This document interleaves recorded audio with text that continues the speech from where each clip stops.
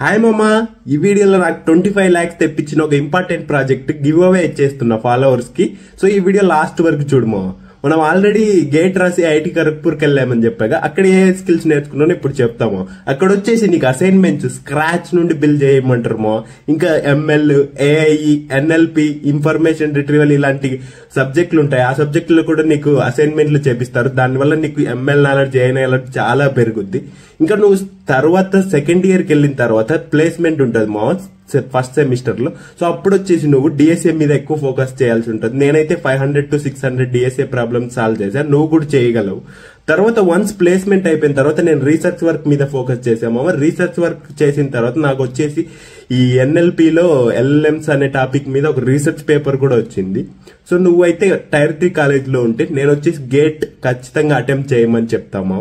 Next వచ్చేసి projects ఇస్తా అన్నా కదా, మన ఛానల్ ఫాలో చేసి కిందకెళ్ళి ప్రాజెక్ట్ అని కామెంట్ చేయమో, నేను నీకు డిఎం చేసేస్తాను లింక్ ప్రాజెక్ట్ ది.